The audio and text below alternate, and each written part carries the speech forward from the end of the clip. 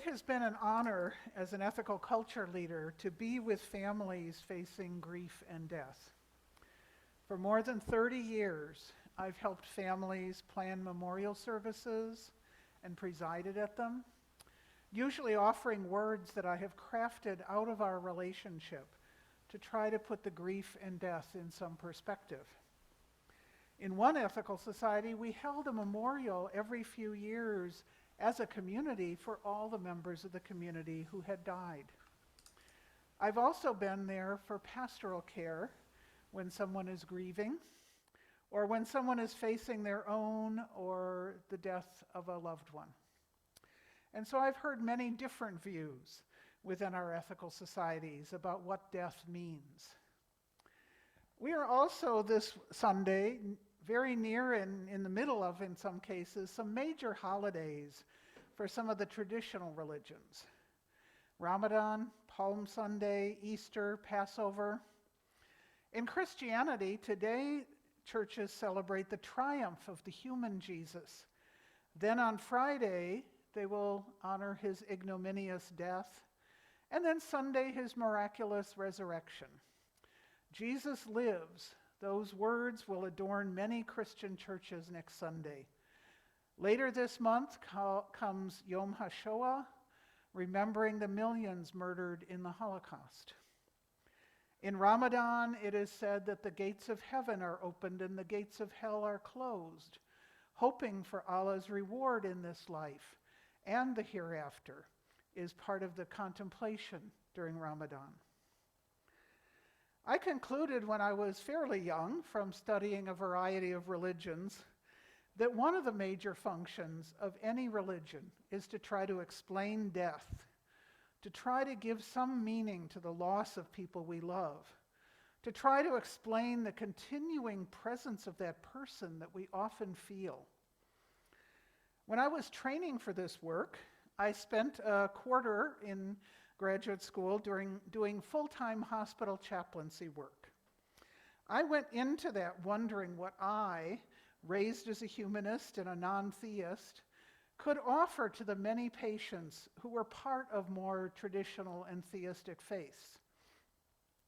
The first death I was present for about a week into the chaplaincy was a young man from a Chinese family, religiously Roman Catholic. He had been fighting cancer for 3 years and was only 19 years old. He was surrounded in his hospital room by many family members, all loudly and rather chaotically praying out loud that he go to heaven and pressing rosaries onto his body. Raised in a very non-theistic, non-ritualistic humanist family, this was pretty new to me. My job was to simply be with them. And then after the last breath left the young man's body, the family sat with me and told me stories of what an accomplished person he was already at 19, and how kind and compassionate he always was. They calmly responded to the physicians and nurses who wanted to know things like whether they wanted an autopsy. What mattered in those moments was not whether he was in heaven or not. They didn't have much doubt that he was. But what mattered to them was how he had lived. That was what they most wanted to tell me about. And then there was the Jewish grandmother who was dying. I visited her room the first time, and she told me that her life had been a waste. Her grandchildren were no longer attending temple, which was all she ever wanted for them. She was doing cross-stitch, and she was stabbing that cloth with all her anger with each stitch. She was terribly unhappy, and she was especially angry with her God that she had to die with her life's work having failed. Death to her was all about the failure of her life. And then there was the 28-year-old accountant who had decided to get his life in order before he got entangled in any relationships. He had gone to college, got established in a good job, saved money, and bought a house. And just as he felt free to finally date and find a person to share his life with, he was diagnosed with a disease that is usually terminal. He spent 2 years fighting it, determined that the same determination that led to his financial success could help him beat death. He enrolled in a study for a new medication, and when that didn't work, he traveled to the Mayo Clinic for another study, and that didn't work. He told me that he was sad that he'd given up having any significant intimate relationships, put them off thinking that he had so much time left. He wanted to keep fighting for life and for the hope that he could live that life that he had spent so much time preparing for. I had been called to his room that morning to prepare him, because his parents and the staff were going to tell him that afternoon that it was time to move to hospice and give up on all the efforts to beat the disease. He told me that morning, after telling me about his life, "If I don't have hope, I don't have life." I walked by that afternoon, and his family and the staff were having a sober conversation. I could tell by the body language. And so at 5 p.m., before I went home for the night, I went to see him in his hospice room, to which he'd been moved. He had already died, half an hour after being transferred. No more hope for the life that he wanted, and no more life. What I learned in that, with those people and many others in my work in the hospital, turned out not to be so challenging to my own ideas as I thought it would be. No matter what the rituals around death, no matter what the beliefs in afterlife, what linked most people together at the time of their own or another's death was their comfort or sorrow about the lives that they had lived. Now, a few years earlier, we'd had our own family explorations around death. When I was pregnant with my younger son, the cat that I'd had for 14 years died.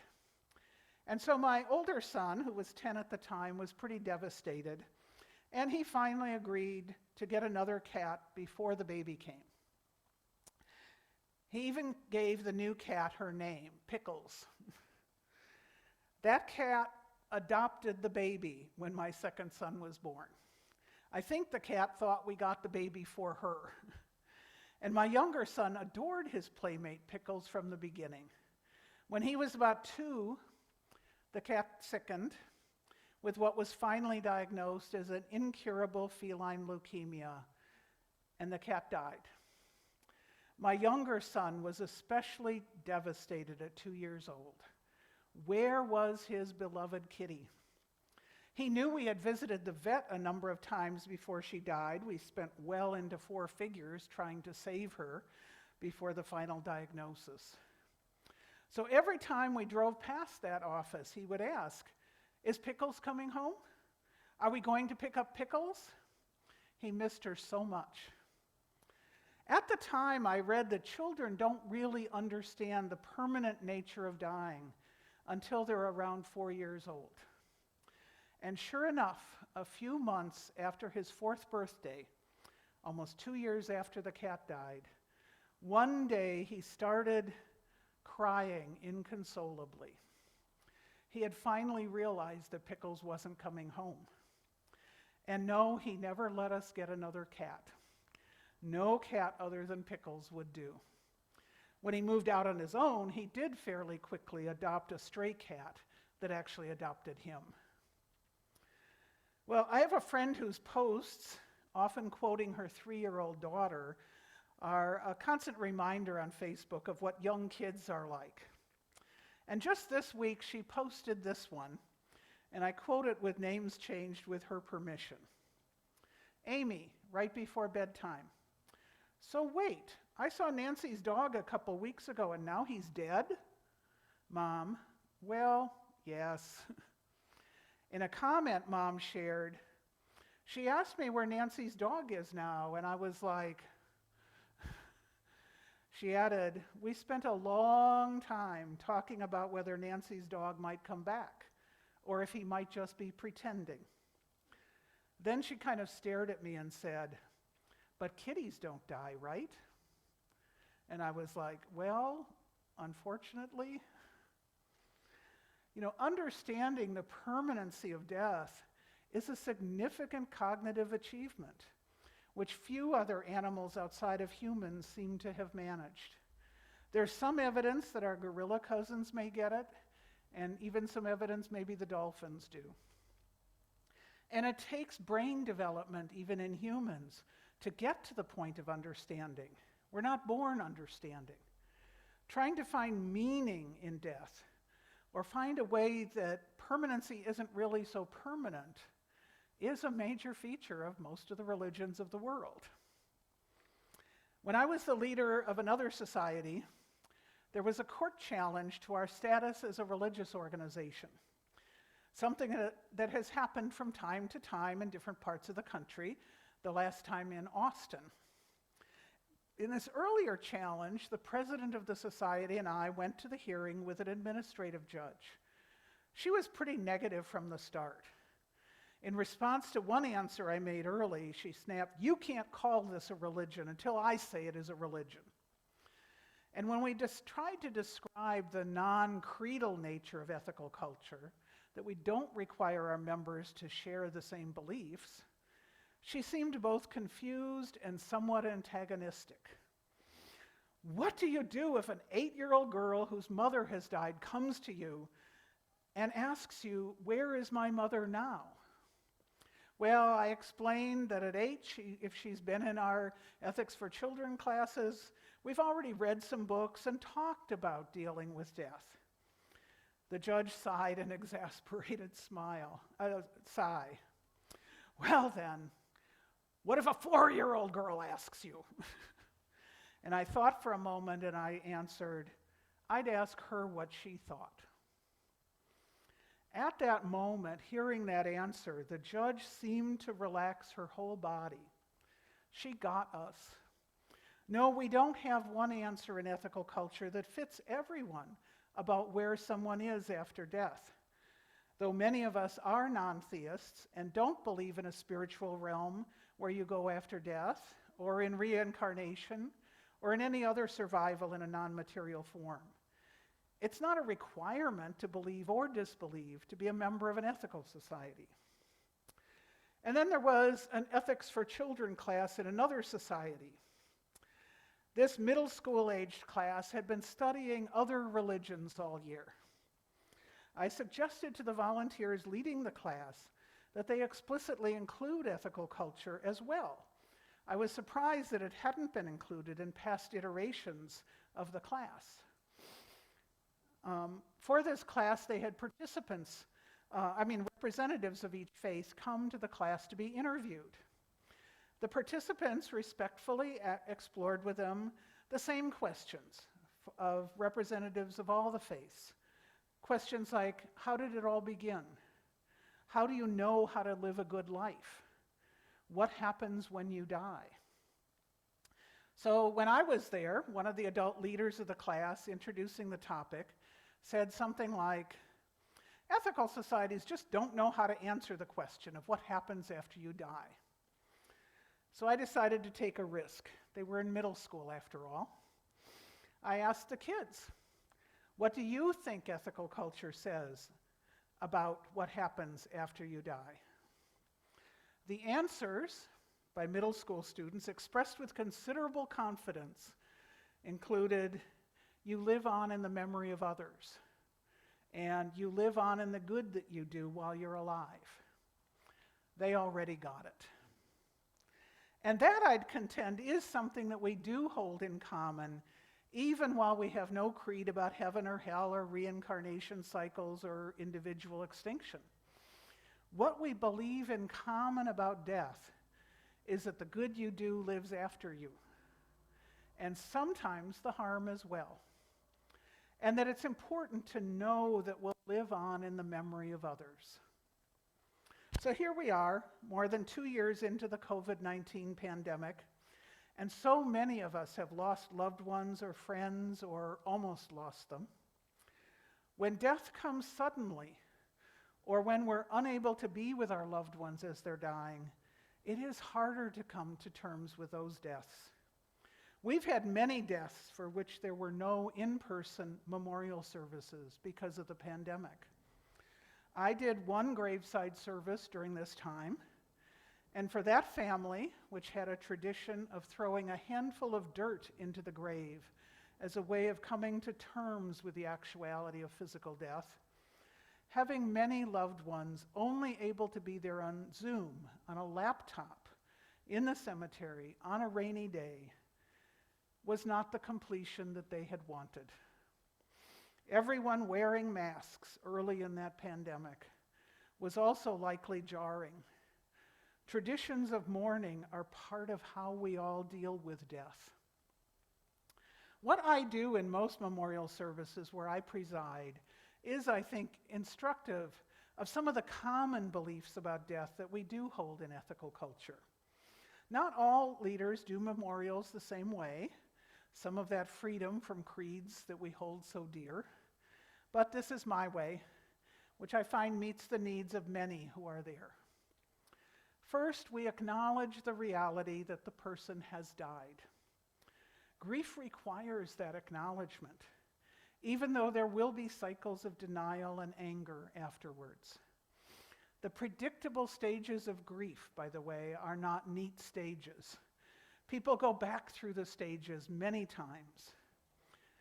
Mary Smith was born on this date, and she died on this date.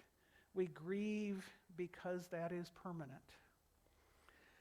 And then, second, we talk about the person's life. I even call memorial services a celebration of the life of Mary Smith, if it's Mary. Either I summarize her life, or family and friends speak, or more likely both. Having different people speak tells us what the person was in a different and more complete way than any one person knew. I remember years ago being asked to do a memorial service for a neighbor's mother. They didn't have any affiliation with any religion, but they knew they needed to do a memorial service in their living room. The mother had come to live with the family for the 5 years of her decline. The neighbor's children were already grown and had children of their own that they brought to the memorial. When I asked my neighbor before the memorial to describe her mother's life, she could tell me her death date, she wasn't sure of the birth date, and she could tell me almost nothing more about her mother except who she married. Mom, she said, was a very quiet person. She didn't talk about herself, my neighbor said.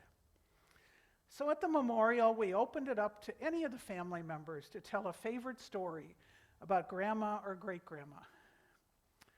Well, grandma never told her life story to her daughter, but she had told pieces to her grandchildren and great-grandchildren. Together, all of them told a much more complete story of this woman's life than her own daughter had ever known.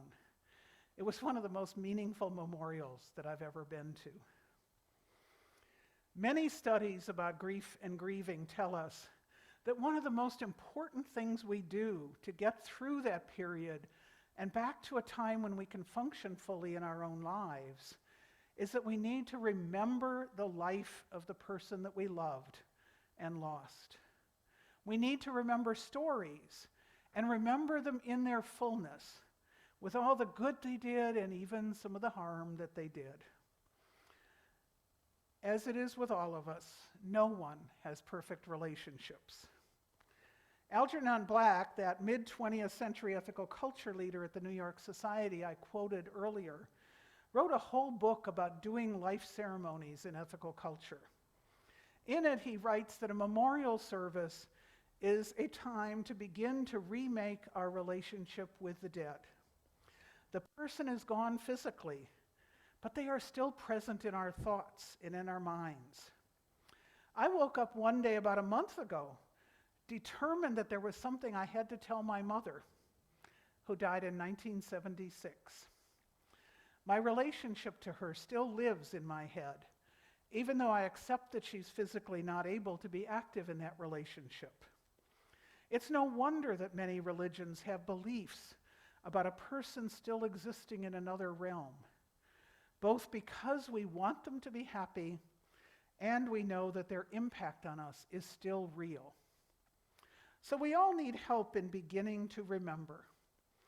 I often do memorial services for people I never knew when they were alive.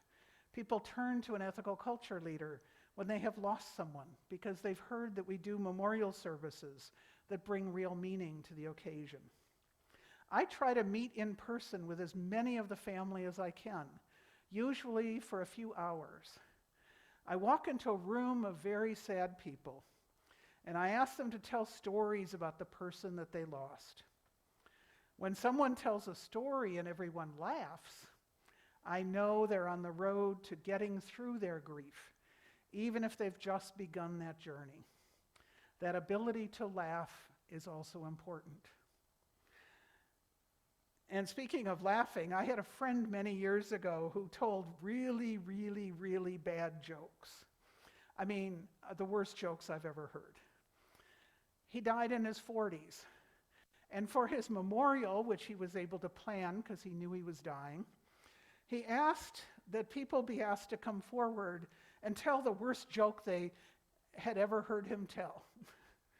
It sounds strange for a memorial, and the place was packed with about 200 people, standing room only. He had so many people who cared about him. But it worked. We had about an hour of really bad jokes. And they were such an important part of his life. In every bad joke, he came back into focus as he was when he was alive. And I'm also remembering in my first marriage, when we went to the Roman Catholic funeral of my mother-in-law. Her family had gone to great lengths to find a priest who knew her from childhood, who could tell about her life. Well, all he said in the service about her that was personal was that he remembered delivering newspapers to her family's door, and that she was such a good person that if she wasn't in heaven, no one in that church was ever going to get there. That was it. No other acknowledgement of her life. He even vetoed using her favorite hymn, "Let There Be Peace on Earth," because he had heard that a nephew would be at the funeral, having just returned in the first wave of military troops coming back from the Iraq War. It wasn't just us humanists there who were saddened that there was nothing personal in her whole memorial. All her practicing Roman Catholic family members were also quite upset. Having her life recognized was as important to everyone as were the rituals about heaven and God and Jesus. I was fortunate many years later to attend a different Roman Catholic funeral, this one for an ex-member of our ethical society who had returned to the faith of her childhood after many years of assertive atheism. That service included many eulogies from her coworkers, her friends, her family, and they all talked about different parts of her life. That made the service so much more meaningful for all of us, including, I think, her young daughter who attended along with her whole second grade class from the local Roman Catholic school. So in memorial services, telling about the person's life is, I think, crucial. In death, it matters how we lived. And finally, in memorial services, we move to thinking about the lessons that we take on, the unfinished work of the person we loved that we may be willing to carry on, and the fact that we have our own lives still to live. The hardest memorial I ever did was for a young man who I had known from his teenage years, who took his own life in his 20s. Being a survivor of a suicide is one of the most difficult tasks anyone can face. How do you make meaning of a life that person deliberately ended? We talked about how depression is a disease like cancer that sometimes kills those who have the disease. And we talked about his life. So many stories from people who were there about how kind he was, how he stood up for others, what he contributed to their lives. And then at the end, we talked about the lessons to learn. One of those, his age, came to me a few years later and told me that it was that part of the service that had helped him resist when he wanted to end his own life, because now he had seen the grief and suffering that that death caused to others, and he was willing to stick it out, dealing with his own problems a little longer, out of the lessons of his friend's death and how devastating that was. What surprised me after that service was the number of adults who came up and said things like, "That was the service I always needed for my dad, who took his life 25 years ago. I feel more closure now, thank you." And what was common in their experience? Memorials that were not honest about the death. They kept the secret, and then grief was interrupted. In another service I did, this one for a stranger, we were mourning the loss of a 30-something mother of teens who had died of a drug overdose, just a month after getting out of what everyone thought was a successful drug treatment program. She had so wanted to turn her life around. We talked explicitly about that, and we talked about how difficult it is to end an addiction, about lessons of loving while you can, and recognizing that some battles are more difficult than they look. Afterwards, a woman came up to me and said, "I'm a minister in an evangelical church." She named a very fundamentalist one, and I remember thinking, uh-oh. And she continued, "That was the most satisfying memorial service I've ever been to." So what do we believe in ethical culture about death? That it should be faced as a permanent reality that it is physically. That we can remember the person and remake our relationship with them, keeping that memory without becoming trapped in it. And that we can take lessons from the life and use them in our own. That we can respect some different beliefs about what happens after the death and after the life, but that most of all we can remember that what is crucial is that we live now and can make the best of that life. Like a natural flower that won't last forever, we can appreciate its beauty while it is here. Even those who are not part of ethical culture, I think, need these things in dealing with death. Rituals and beliefs about what happens after death may give some comfort to some people and not to others.